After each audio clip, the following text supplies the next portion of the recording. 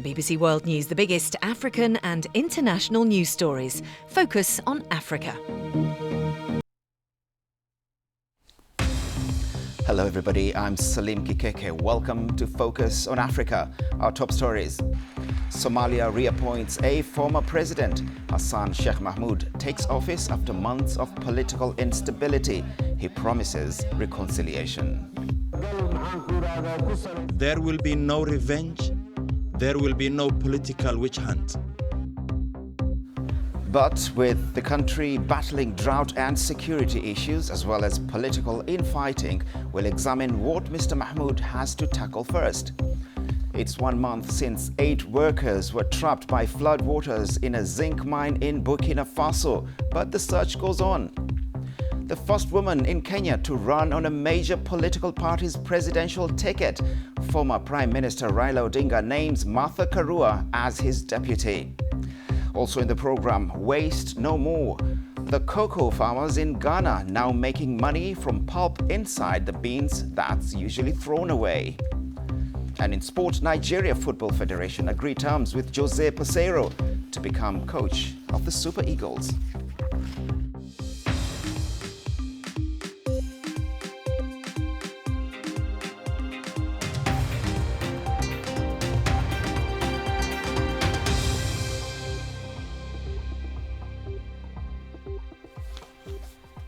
Thank you for joining us on Focus on Africa on BBC World News.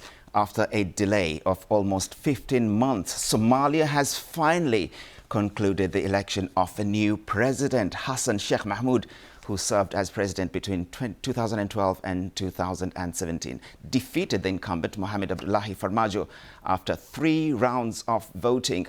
The final decision was decided by 328 legislators. Polls in Somalia follow a complex indirect model, and the country has not held a one-person, one-vote election in 50 years. President Mahmoud said Somalia has to move forward and heal grievances, and he promised a beautiful future. But Mr. Mahmoud will have little time to enjoy his victory. The country is struggling to deal with severe drought and famine, as well as how to deal with Al-Shabaab, which controls vast territory in Somalia. But in a significant development in the last few hours, U.S. officials say President Joe Biden has approved the redeployment of U.S. troops in Somalia to support the fight against Al-Shabaab. Patience Atuhaire reports. New hope for citizens of a country that has seen nearly 3 decades of insecurity. Hassan Sheikh Mohamud is the first former president in Somalia's history to be elected a second time. Because of years of instability, Somalia lacks structures through which a general election can be conducted. Delegates selected by clan leaders elect MPs, who in turn choose the president. As president between 2012 and 2017, Hassan Sheikh Mohamud tried to tackle corruption and promote national reconciliation. And this time round, his agenda is not very different. There will be no revenge. There will be no political witch hunt. The country has laws, and we know where we need to act. We will strictly follow the law. The challenge, the troubles we have gone through as a nation, the pain and the sorrow cannot be forgotten, but they can be forgiven. Let's forgive each other. But Islamist militancy from terror group Al-Shabaab will be an ever-present challenge. Just as the first round of votes were being counted on Sunday, mortar shells landed in Mogadishu, not far from the election venue. An ongoing severe drought that is driving many Somalis to starvation will also be a daunting task to tackle. The UN has warned of a looming famine in the country following 4 failed rainy seasons. More than 3 million people are at risk and in need of urgent aid. As Hassan Sheikh Mohamud embarks on his second term in the country's top office, he will be expected to bring at least some normalcy to the war-weary country. Patience Atuhaire, BBC News. So what do we know about Somalia's new president? Hassan Sheikh Mahmoud is 66 and was born in central Somalia. He studied in India before becoming a university lecturer. He then worked for the World Bank and the United Nations Development Program, then he moved into politics. In 2012, Mr. Mahmoud declared his intention to run for president. He succeeded holding the office until 2017. His government was the first to be internationally recognized since the beginning of the civil war in 1991. He then lost the presidency to Mohamed Abdullahi Farmajo, the man whom he now replaces. Well, with me now is Bella Shego from BBC Somali Service. Thank you so much, Bella, for taking time to speak to us.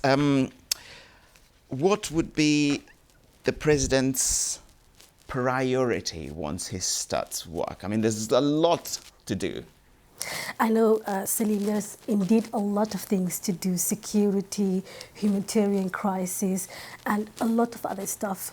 But the most important thing right now, in order to, resolve the issues that I've just said, is to unite Somalia, a Somalia that's, politically very divided right now. So we have seen in the past few years that there has been a lot of, disagreements, let me just say, rift between the central government and the federal regional states. So the first thing that the new president has to do is to work on these issues.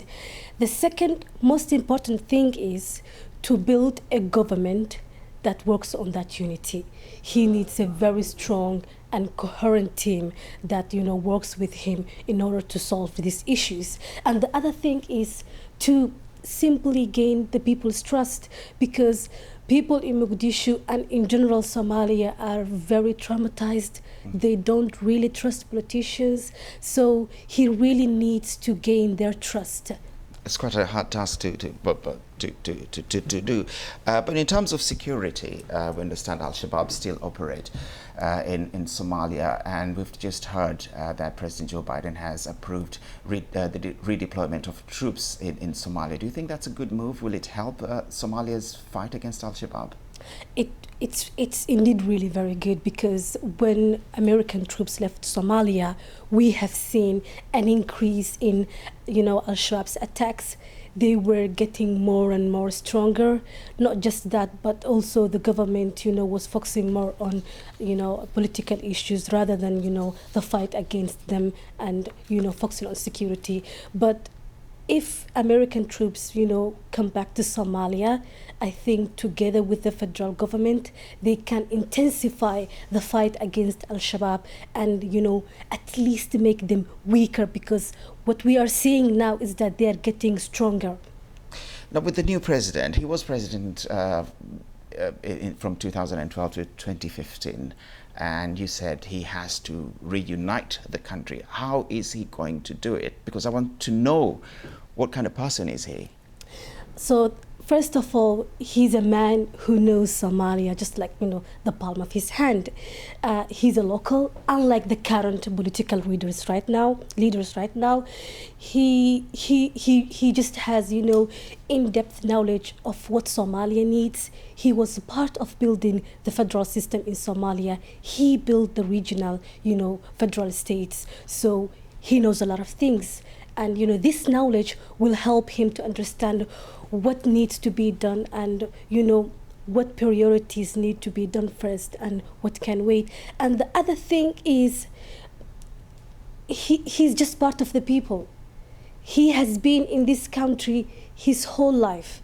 He knows what people need. So I think that, if Hassan Sheikh,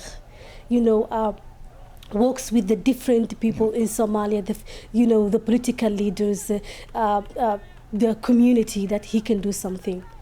Let's talk about the only female candidate who ran for president. She was eliminated in the first round. She got only one vote. Did that surprise you?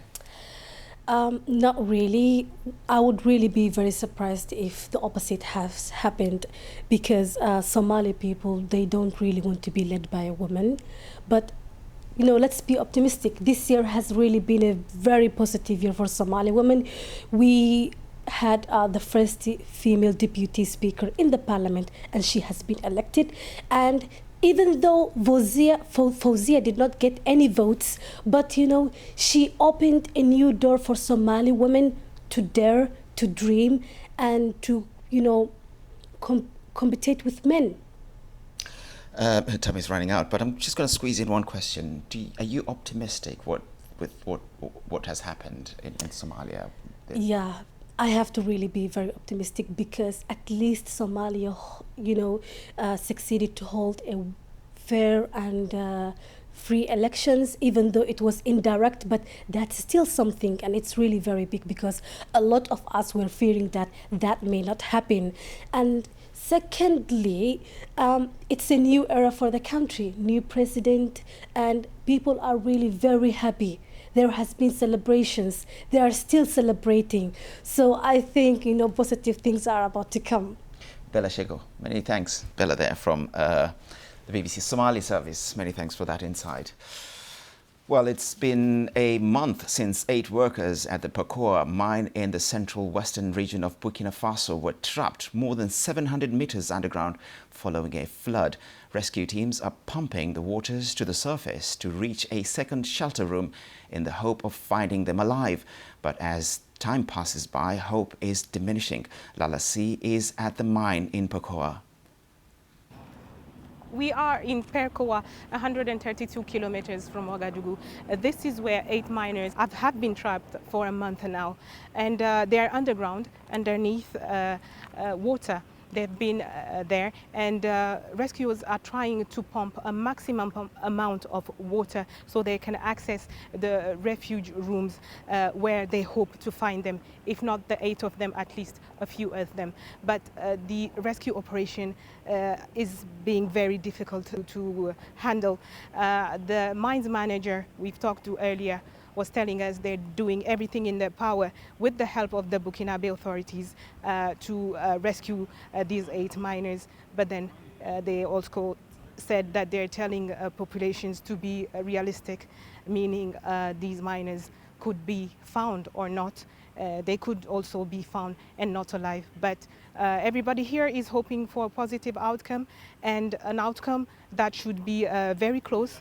In the coming days, hopefully, the rescue teams are hoping to get to those refuge rooms.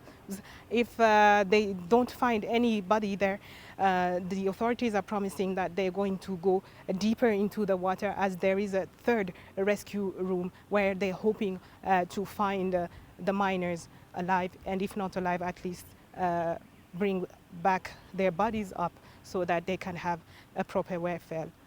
Lalasi, BBC News, Perkoa. Still to come, Mimi will be here with the sport as Sao Tome's sanctions put Mauritania in the 2023 AFCON qualifiers.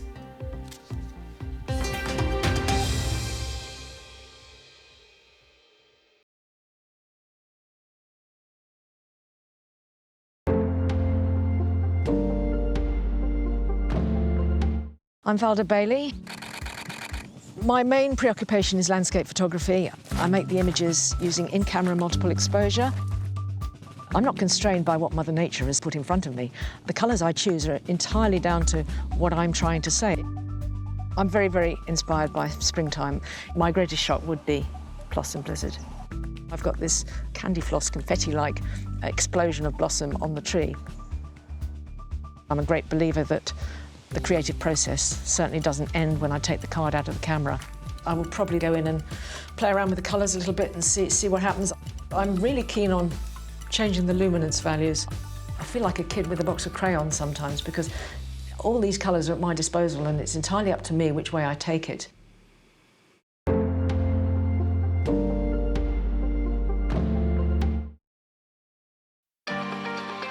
Travel is changing. And we're on the move again. We'll be finding out what travelling is like now.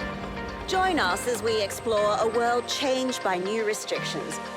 But there's still so much to discover and enjoy. Let us be your inside guide to a world of travel.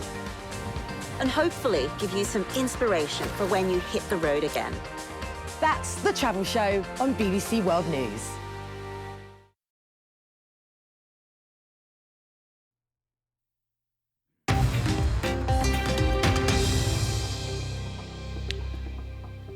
Welcome back. This is Focus on Africa with me, Salim Kikeke. Kenya's former Prime Minister Raila Odinga, who's running for president, has named his deputy.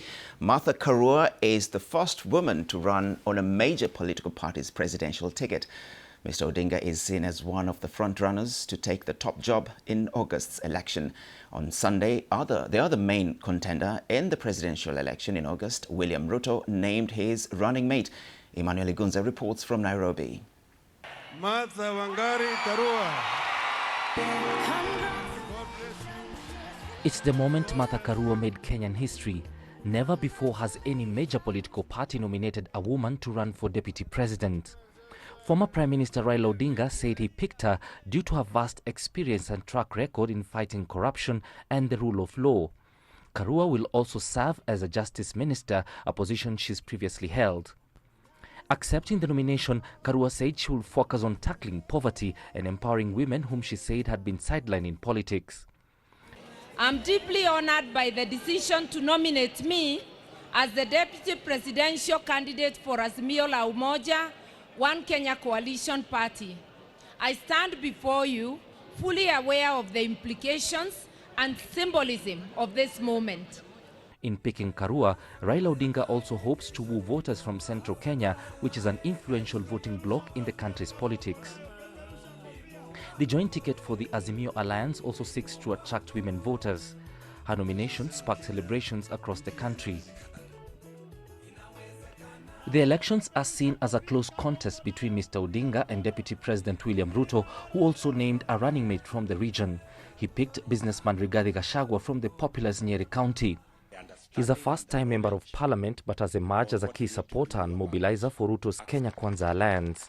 He previously worked as a district officer and once served as the personal assistant of President Kenyatta, but is currently facing trial on charges of corruption and money laundering worth $65 million, which he denies. These elections are seen as the most competitive in Kenya's history, but the run-up has deeply divided the country. Emmanuel Igunza, BBC News. To the United States now, and investigators in upstate New York are looking into whether authorities missed any telltale signs left by an 18-year-old gunman before he opened fire at a Buffalo supermarket, killing 10 people. Authorities said Peyton Gedron carried out an act of racially motivated violent extremism. They have also discovered a 180-page document seemingly authored by the attacker in which he describes himself as a fascist and a white supremacist and had planned to keep on driving, in his words, shoot more black people. Authorities will now focus on what could have been done to stop him. Now, cocoa farmers normally make very little profit compared to the multi-billion-dollar chocolate industry, where most of the beans end up. But now a new initiative, the first of its kind in Africa, is helping farmers in Ghana to make an income from the pulp that's left behind in the processing of the beans. The BBC's Thomas Nadi reports from Akufom in southern Ghana. A community processing unit makes its way to a cocoa farming village in southern Ghana.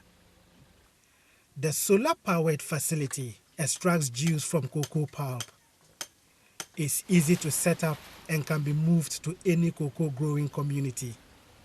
So this is the cocoa beans. They cut open, and then the whitish substance you see protecting the beans is called a pulp. That's what is squeezed to extract the juice. Previously, they'll just remove the seed and then leave it like this for a period of 7 days for the juice to drain. But now they are able to extract it and then process it for consumption. It was considered waste and discarded. Comfort Annabelle is a cocoa farmer. She prepares the cocoa beans for processing. Today, the community processing center has come to her area, and she's here to sell the pulp. Comfort is one of the over 2,000 farmers who sell their pulp to the Swiss Ghanaian startup called Kwa, the company that started the initiative. She earns over $300 per bag from the waste. Previously, we used almost all our money to pay the laborers who work on the farm. We couldn't even educate our children. But now, we can pay their school fees, and I even used some of the money to support the building of our house. Farmers here were initially skeptical about it. That's because some of the pulp is used to help ferment the cocoa beans. They thought if they sold it, it would change the quality of the beans. They also couldn't imagine anyone buying the waste that was left over. We process the beans and give the cocoa beans back to the farmers, for which they also ferment and sell. And our processing is strategically done in such a way that you only take about 70%, so the 30% remaining, which is also very essential for fermentation, is left. So the quality of the Ghanaian cocoa is really there for them. The extracted juice is transported to this small factory in the nearby town. Here, it is pasteurized and heated to kill any bacteria. It's then packaged for export. This is how the final product looks like after going through all the quality control procedures. It tastes very sweet with natural cocoa flavor. The pulp is processed into both juice and powder. The Swiss chocolatier Lindt buys it as a natural sweetener to use in a sustainable range of its chocolate. Ghana and Côte d'Ivoire are the largest producers of cocoa, accounting for 65% of global production. But farmers here want to reap a fair share of the multi-billion-dollar cocoa industry. They hope this new initiative is a step towards that. Thomas Nadi, BBC News, Ekrofom in southern Ghana. You're watching BBC Focus on Africa. It's now time for some sport, and Mimosa is here. Mimi. Thank you, Salim. Nigeria have agreed terms with former Porto and Sporting Lisbon boss Jose Peseiro to take charge of the men's national team. The 62-year-old was previously named as Nigeria coach in December and was set to take over the Super Eagles after the Africa Cup of Nations. The Portuguese then rejected the West African nation in February after their exit from the tournament following contractual disagreements. But Peseiro will now finalize a deal before Nigeria play 2 friendlies in the United States later this month. Now, Ashanti Gold and Inter allies have been relegated to the 3rd tier of Ghanaian football, with players and officials of both clubs also sanctioned for match fixing. The Ghana Football Association have found both teams guilty of match manipulation. More on that story on the BBC Sport Africa website. Moving on to Mauritius, will play in the group stage of the 2023 Africa Cup of Nations qualifiers after Sao Tome y Principe was sanctioned for fielding an ineligible player during their preliminary round tie. They will now take their place in Nigeria's qualifying group. The Mauritius FA lodged a complaint that Sao Tome's Luis Lille had not followed the Confederation of African Football's COVID-19 protocol. And Al Ahly saw off Entente Satif 6-2 on aggregate to set up an African Champions League final showdown against Wydad Casablanca. Egyptian giants Ahly had won the first leg of their last 4 tie 4-0 and secured a 2-2 draw in Algeria over the weekend to progress. The Cairo club will bid for an unprecedented 3rd straight title and a record-extending 11th overall triumph against Wydad on the 30th of May. The final is due to be played in Morocco, but Al Ahly have appealed to the Court of Arbitration for Sport over the choice of venue. Pizzo Motsimana spoke about the atmosphere during the game. Basically what I said, this was a good game. It was not only a good game on the pitch, it was a good game on the grandstand. And the Satif supporters showed us a lesson that sometimes you can lose and but have sportsman spirit and fair play. I've never seen this before. The team go out of the tournament, of the semi-finals, and they clap hands for you. So we came to Algeria to learn, and a very good lesson. Law on Ivory Coast midfielder Seko Fofana has won the Marc-Vivien Foé Award, which is handed to the best African player in France's top flight. The 27-year-old, who was once on the books of Manchester City, captains his club side and has scored 8 goals in 37 appearances in Ligue 1 this season. To tennis, where Tunisia's Ons Jabeur is up to a career high, number 6 in the world after finishing as runner-up to Iga Swiatek in the Italian Open on Sunday. Jabeur became the first African woman to win a WTA 1000 title in Madrid last week. Former Nigeria basketball player Ime Udoka led his Boston Celtics and Milwaukee Bucks reign as the NBA champions with a 109-81 win in their decider on Sunday. The Celtics will now face top seeds, the Miami Heat, in the Eastern Conference Finals.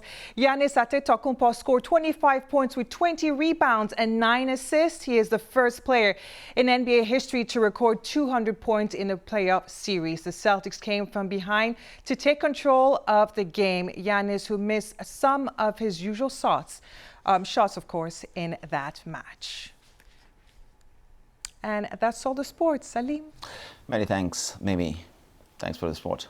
Please feel free to get in touch with me and some of the team on social media.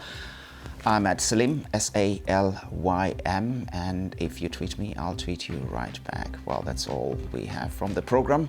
From me, Salim, Kikeke, and the rest of Focus on Africa team, it's goodbye.